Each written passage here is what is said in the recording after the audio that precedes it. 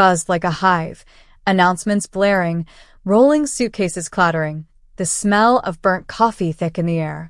I stood at the check-in counter with my small, worn-out luggage, pretending I didn't hear my father's voice slice through the noise behind me. Even economy is too expensive for her, he whispered to my mother, but loud enough for the people in line to hear. Before we begin, drop a comment and tell us where are you from and from which city you're watching our videos. And after watching the whole video, don't forget to tell us what would you do in this situation? Be honest, tell me in the comments below. We read every comment. Let's begin. A few heads turned. My sister, Allison, snorted.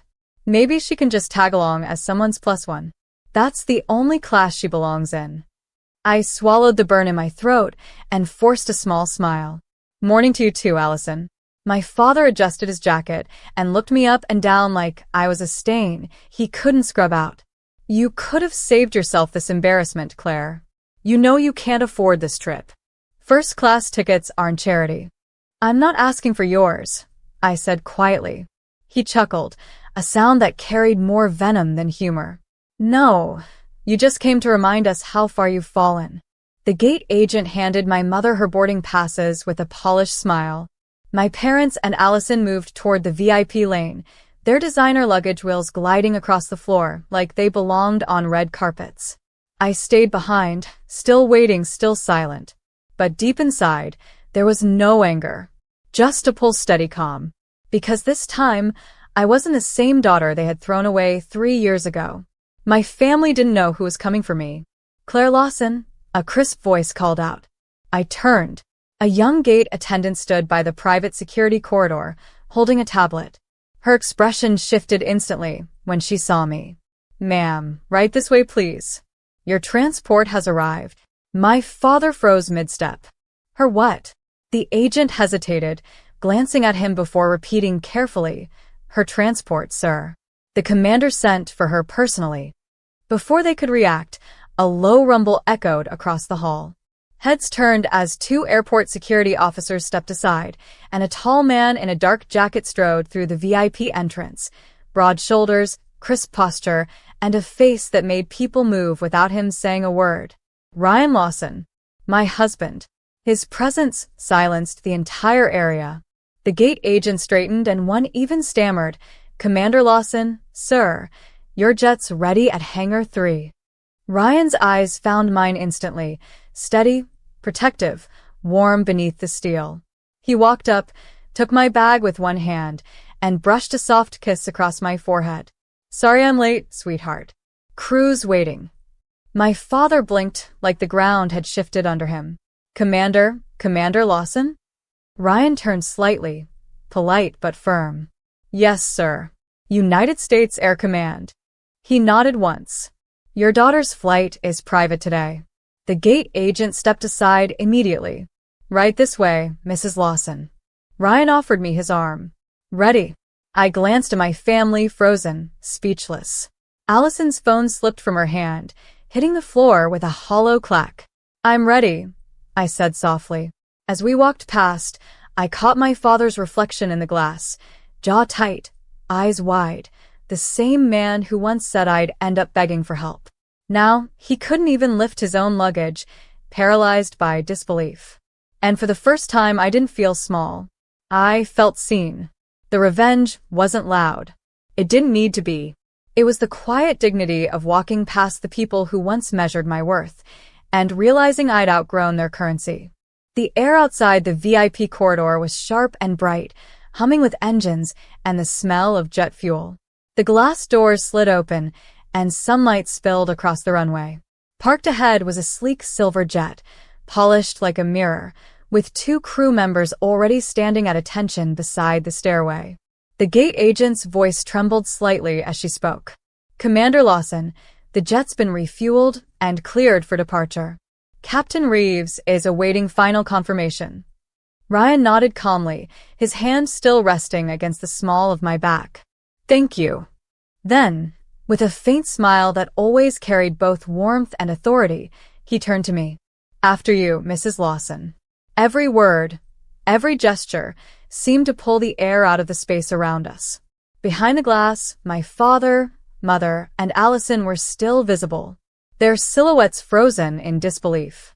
My father's hand was half raised like he was trying to call me back, but couldn't form the words. Allison stood gaping, her sunglasses dangling uselessly from her fingers. My mother had that familiar, polite smile, but it trembled now, the kind that barely hides regret. I didn't wave. Ryan guided me forward, his fingers brushing mine. "You okay?" he asked softly. "Better than I've ever been," I said, my voice steady. It was the truth. Every step toward that jet felt like reclaiming the pieces of myself I had lost to their laughter. The girl they called a disappointment, the daughter who wasn't family material, the sister who would never marry up. They'd stripped me of pride once. Today, I was taking it back. The crew saluted as Ryan and I approached. "Good morning, Commander Lawson," they greeted in unison. He nodded in acknowledgement. "Good morning, team. Let's get her comfortable. We'll be wheels up in 10. "Yes, sir." Ryan turned to me again, his voice softening.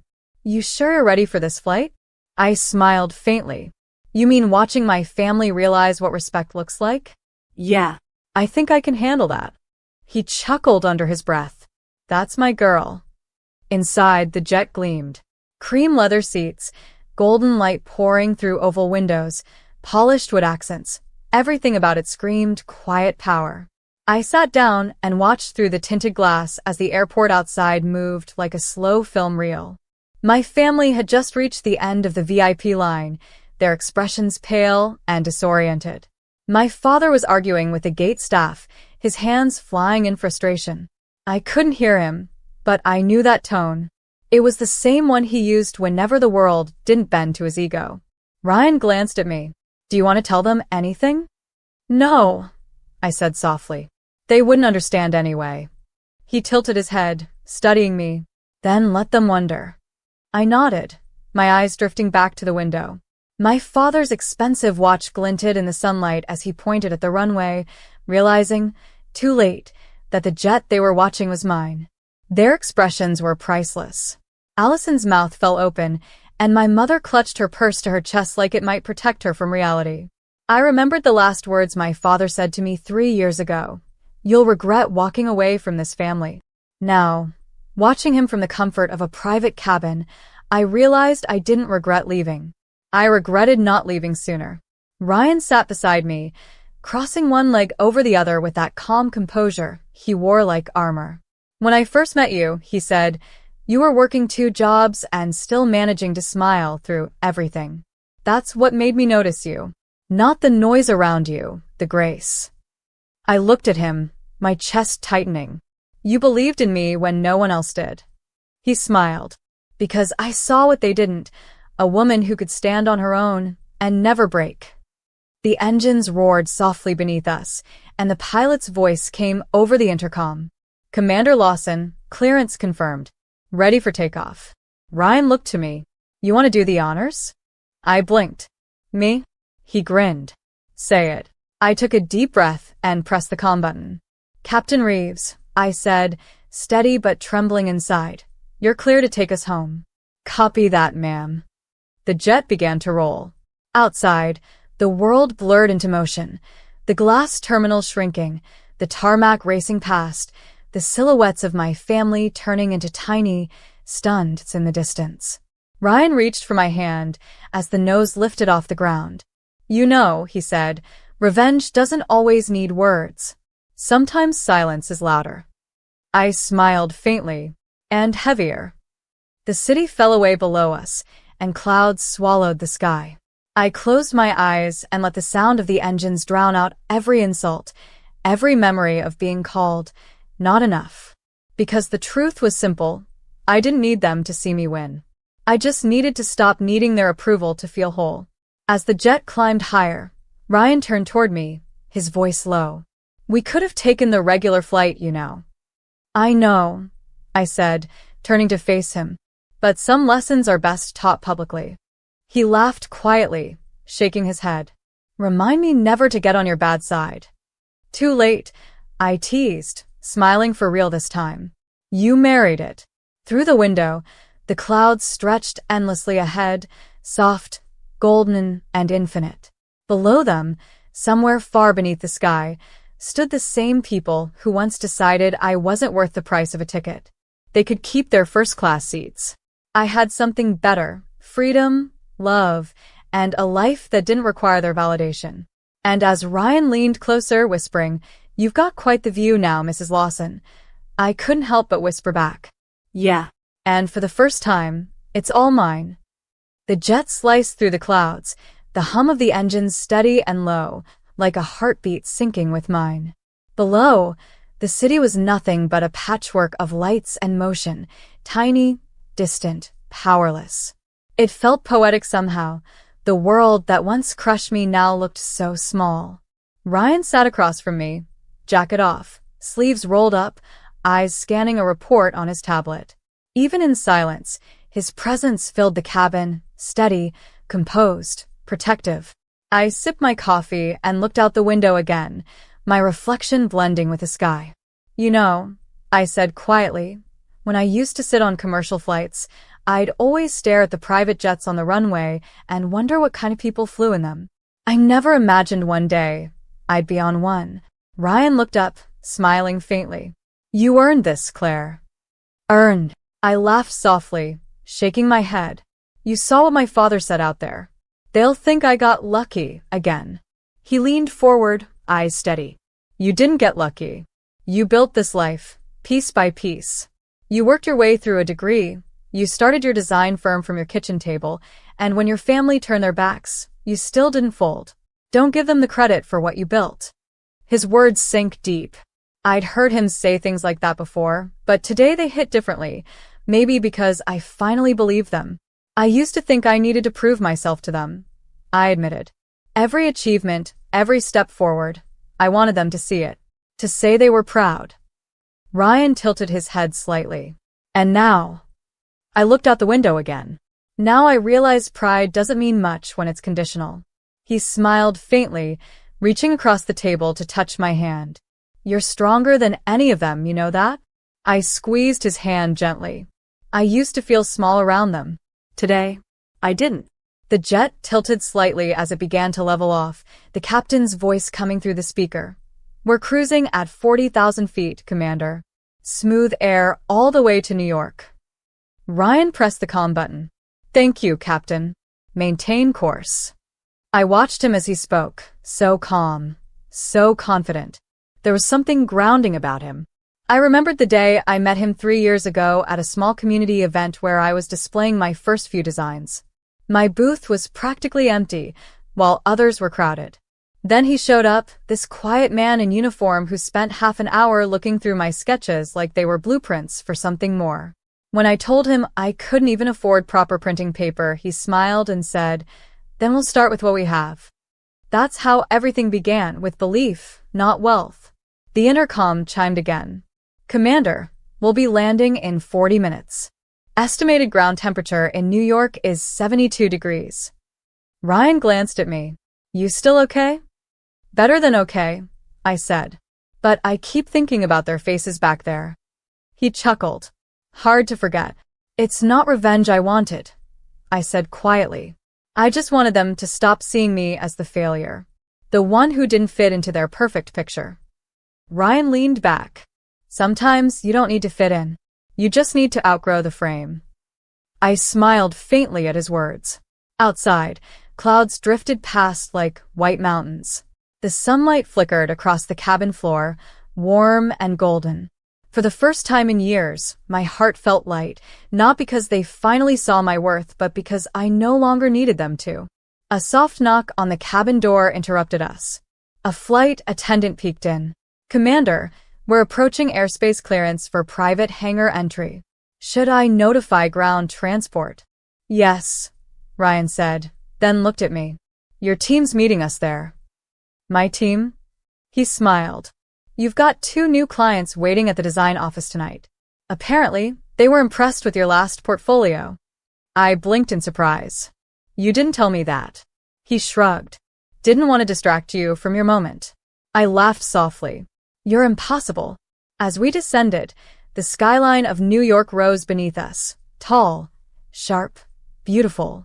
I thought about all the nights I'd stayed awake sketching designs by candlelight, dreaming of seeing my name on something that mattered. Now I was flying over the same city that once rejected me, and I wasn't scared anymore.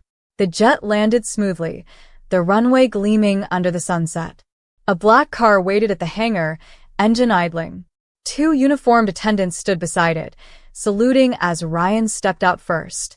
Cameras flashed from a distance, airport staff, journalists, maybe even a few onlookers who had spotted the insignia on the jet. Ryan extended a hand to me. Ready to face the ground again? I smiled, slipping my fingers into his. It looks different from up here. As we walked down the stairs, I caught sight of a familiar group of people emerging from the arrivals gate. My family. Their faces were pale, exhausted, dragging their own luggage under the weight of delayed flights and economy transfers. My father froze when he saw us. My mother's lips parted, and Allison's eyes went wide. "Claire," my father stammered. I smiled politely, keeping my tone calm. "Welcome to New York, Dad." He blinked. You came on that?" He pointed toward the jet behind me. Ryan stepped beside me, his expression unreadable. "Yes, sir. My wife doesn't fly commercial." The silence that followed was delicious, heavy with disbelief, thick with the weight of realization. My father's hand trembled slightly. "Claire, I lifted a hand gently. "Don't. You already said enough at the airport." For a long second, no one spoke. Then I turned toward the car, sliding my hand into Ryan's again. "Some people spend their whole lives waiting for others to lift them up," I said softly. "But sometimes you have to learn to take off on your own." We got into the car, and as the doors closed, I caught one last glimpse of them standing there, still stunned, still small in the glow of the hangar lights. The engines roared once more in the background, echoing the only truth that mattered now. I didn't just rise above them. I rose beyond them. The drive into the city was quiet, only the faint hum of the engine filling the space. The skyline glittered through the tinted windows, glass towers piercing a golden sky. My reflection looked back at me, calm, older, freer. Ryan rested one arm behind me, his hand lightly brushing my shoulder. "You handled that perfectly back there," he said, his voice low, steady. I exhaled slowly. "You know what's strange? I thought I'd feel angry or proud or something loud. But I don't. It's just quiet inside." "That's peace," he said. "You earned it." We pulled up in front of the Grand Meridian Hotel, where the wedding rehearsal was being held. Flashing cameras greeted us again. Reporters had caught word that Commander Lawson's jet had arrived. Ryan stepped out first, his posture effortlessly commanding, then offered his hand to me. As I stepped onto the carpet, whispers rippled through the crowd. Someone muttered, "That's her?" Another whispered, "That's the girl her family said was broke?" I didn't need to respond. The truth spoke for itself. Inside the ballroom, chandeliers blazed, and soft music filled the air. My father stood near the buffet, drink in hand, pretending not to see me. My mother glanced over, but looked away just as fast. Allison clutched her clutch, so tightly her knuckles went white. Ryan leaned close, his lips near my ear. "Wanna leave?" I smiled faintly. "No. I want to be here." Just quietly. The same people who once laughed at my simple dresses were now shifting uncomfortably as I passed in a floor-length satin gown. I didn't need diamonds or dramatics. Confidence was the most expensive thing in the room, and I was wearing it. Halfway through dinner, my father finally approached, his voice lower than usual. "Claire." I looked up slowly. "Dad." He hesitated, glancing at Ryan, then back at me. "I may have misjudged things." "You did," I said softly, not cruelly, just truthfully. He swallowed hard. "You turned out well." I nodded. "I always would have, even without your approval." He looked down, ashamed, and for a moment, I saw something I never had before. Regret. Not the kind that fixes anything, but the kind that quietly admits defeat. "Claire," my mother began, forcing a shaky smile. "We didn't mean." "Yes, you did," I interrupted gently. "And that's okay. Because now I don't need you to mean otherwise." She froze. Ryan placed his hand on mine. "We should go," he said softly. I stood, smoothing my dress. "Enjoy the rest of your evening," I said to them both. Then I walked away.